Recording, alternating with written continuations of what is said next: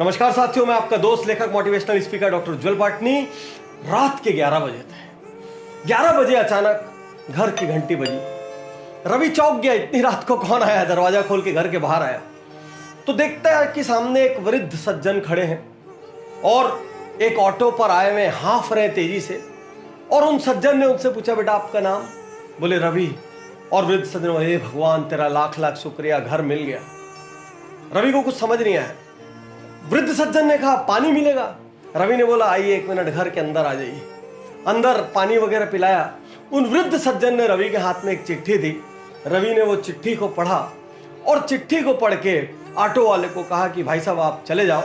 और वृद्ध सज्जन का सामान उतार कर घर के अंदर ले आया और कहा, अंकल रात बहुत हो गई है, आप सो जाइए, मैं आपका काम कल सुबह कर दूंगा। उस चिट्ठी में रवि के पिता ने रवि के लिए कुछ लिखा था और वृद्ध सज्जन ने कहा कि आपके पिता ने मुझे भरोसा दिलाया कि मेरा लड़का आपका काम जरूर से जरूर करेगा, आप बिल्कुल बिना किसी चिंता फिकर के चले जाओ। बात यह थी कि उस वृद्ध सज्जन के एकमात्र बेटे का अचानक देहांत सड़क दुर्घटना में हो गया था। बूढ़े और बुढ़िया घर में थे और लालन पालन की दिक्कत होने लग गई थी, दैनिक जीवन के खर्चों की दिक्कत होने लग गई थी।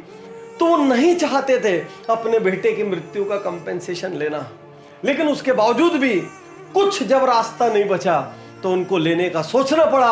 और जब सोचना पड़ा तो उनको पता चला एक कागज है, वो कागज दिल्ली में जाके उनको सर्टिफाई कराना पड़ेगा। वो सालों साल से वृद्ध सज्जन कभी अपने छोटे से गांव से निकले नहीं थे। दिल्ली उनके लिए बहुत डरावनी, बहुत बड़ी जगह थी।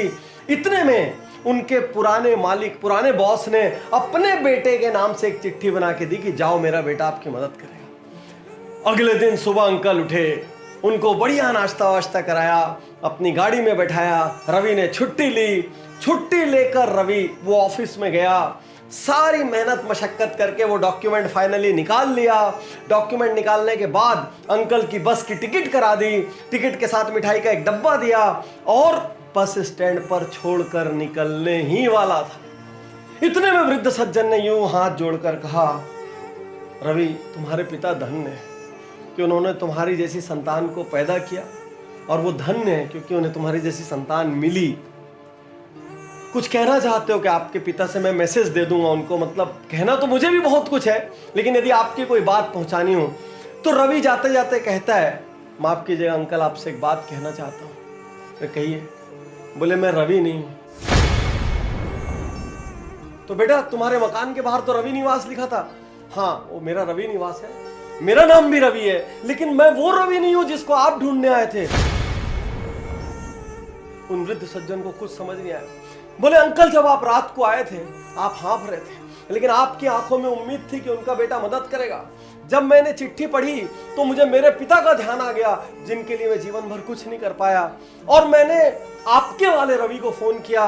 वो एकदम से हिल गया भीतर तक, क्योंकि वो कहीं बाहर गया हुआ था और 8-10 दिन बाद आने वाला था। मेरे पास हिम्मत नहीं थी आपकी उम्र को देखते हुए, आपके इमोशंस को देखते हुए कि मैं आपको वापस भेज सकूं। और मैंने निर्णय लिया कि मैं आपका ये काम करूंगा। और अब उस वृद्ध व्यक्ति की आंखों से झड़ झड़ झड़ झड़ आंसू बहने लगे। बोले तुम रवि को जानते भी नहीं हो? बोले अंकल मैं नहीं जानता हूं, आपकी चिट्ठी में फोन नंबर था उसी से लगाया। तुम वो रवि भी नहीं हो? बोले नहीं मैं वो रवि भी नहीं। फिर भी तुमने मेरे लिए छुट्टी ली और इतना किया। कौन कहता है भगवान नहीं होते? कौन कहता है भगवान नहीं होते? कौन कहता है भगवान नहीं होते? कहते हुए बस में चढ़ गए और चले गए।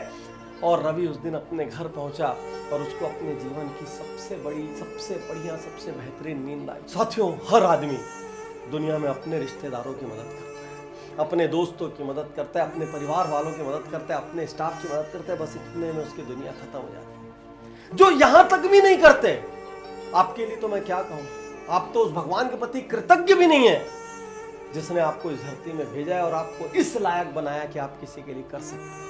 आज मैं हर वीडियो देखने वाले से कहना चाहता हूं, हर उज्जवल पाटनी यूट्यूब चैनल के फैन, फॉलोअर, सब्सक्राइबर से कहना चाहता हूं, जिंदगी में अनेक बार उनकी मदद कीजिए जिनको आप जानते भी नहीं है और आपको पता है ये मदद करके मेरे को बदले में कुछ मिलने वाला भी नहीं है।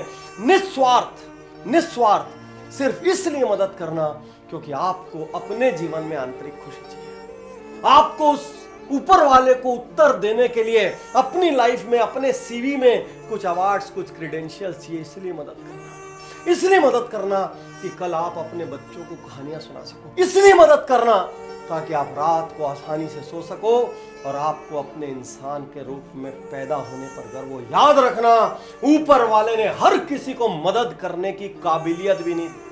दुनिया में ऐसे हजारों लाखों लोग हैं जो चाह के भी किसी की मदद नहीं कर सकते, लेकिन यदि आप मदद कर सकते हो ना, तो समझना ऊपर वाले ने आपको वीआईपी बनाकर इस धरती पर भेजा। और आपसे ये कहना चाहता हूं, मेरे इस मिशन को भी आपकी मदद की जरूरत है। इस वीडियो को यदि आप 5 लोगों तक पहुंचाते हैं और उन 5 में से एक आदमी भी किसी अनजान की मदद करता है,